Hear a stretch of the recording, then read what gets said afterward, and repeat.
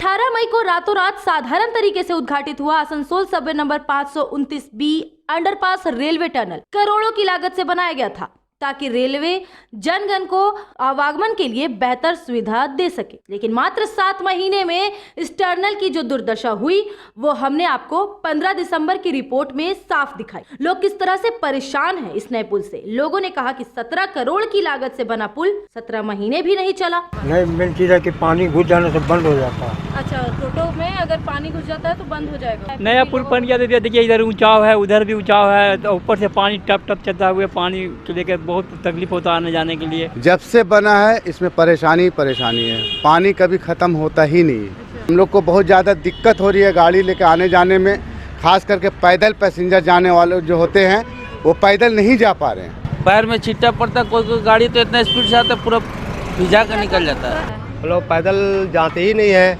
बगैर ऑटो से, पैदल ऑटो के बगैर गाड़ी के बगैर जाने ही नहीं पाते हैं। और इससे बेहतर तो पुराना पुल था हम लोगों का, घुटना तक पानी है इस पुल में, नया पुल में 17 करोड़ का ब्रिज बनाया है और 70 रुपया का कि नहीं है वो 17 करोड़ का लागत से बना था, 17 महीना भी नहीं चला, पानी जमने लगा। आपको बता दें कि रेलवे प्रबंधन की ओर से इस टनल की समस्या को देखते हुए कई बार सर्वे भी किया गया, लेकिन अधिकारी गण आते, टनल का जायजा लेते और चले जाते। आगे किसी तरह की कोई कार्रवाई अब तक तो नहीं दिखी। जैसा कि हमने आपको आगे की रिपोर्ट में बताया था कि हमारी प्रशासन कुंभकर्णीय नींद की वजह से जानी जाती है, लेकिन गनीमत है कि कभी कभी झकझोर देने से जाग भी जाती है। तो कुछ ऐसा ही हुआ। 15 दिसंबर को हमारी रिपोर्ट के प्रकाशित होने के बाद शायद प्रशासन की कुंभकर्णीय नींद टूटी और ठीक दूसरे दिन यानी 16 दिसंबर को टनल की सफाई की गई थी और पंप के जरिए टनल का जल जमाव पूरी तरह से निकाल दिया गया था। लेकिन शायद ये नींद पूरी तरह से नहीं खुली थी, इसलिए तो ठीक 24 घंटे के अंदर ही टनल का पानी दुगने परिमाण में वापस टनल में जम गया। और ये कोई नई बात नहीं है, हर बार सफाई के बाद ऐसी ही स्थिति बन जाती है। अब पानी जब दुगने परिमाण में बढ़ गया है तो दोबारा पंप से पानी निकालने के बाद भी शायद ही ये टनल जल विहीन हो पाए, क्योंकि कहीं ना कहीं पंप रूम में तकनीकी खराबी के कारण ये समस्या उत्पन्न हो रही है। और बात करें अगर टनल के सीलिंग और साइड वॉल्स की, तो यहाँ से भी लगातार जल रिसाव हो ही रहा है, जिसका स्थायी निदान भी जरूरी है। अब देखना है कि कब तक रेलवे प्रबंधन इस टनल की दुर्दशा को बदलने के लिए कोई ठोस कदम उठाती है। इसके लिए स्थानीय प्रशासनिक पद पर विराजित अधिकारीगण किस तरह से पहल करते हैं।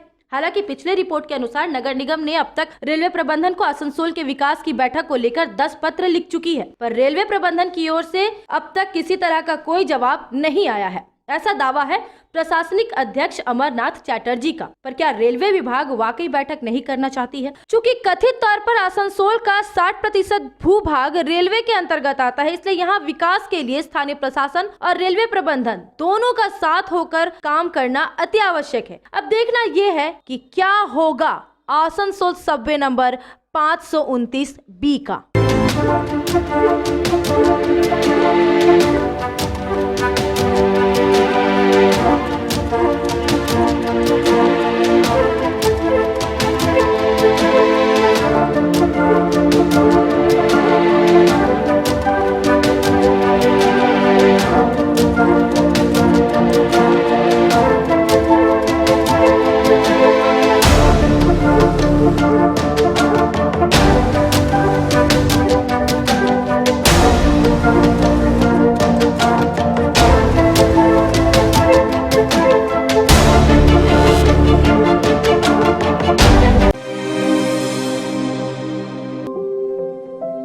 तुम्हारे घर के फर्नीचर बहुत आकर्षक लगता है बहुत महंगा है।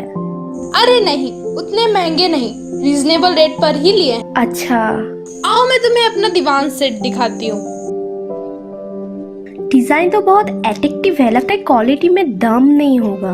कौन कहता है? ये फर्नीचर वर्ल्ड क्लास है, प्योर सागवान के, क्वालिटीदार और टिकाऊ भी। क्या सच में? हाँ, तुम्हें भी फर्नीचर लेना हो तो फर्नीचर वर्ल्ड एक बार जरूर जाना।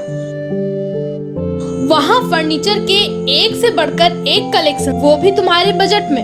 साथ ही वहाँ फाइनेंस फैसिलिटी भी उपलब्ध है। सच में? तब आज ही अपना हबी को कहूँगी फर्नीचर वर्ल्ड चढ़े।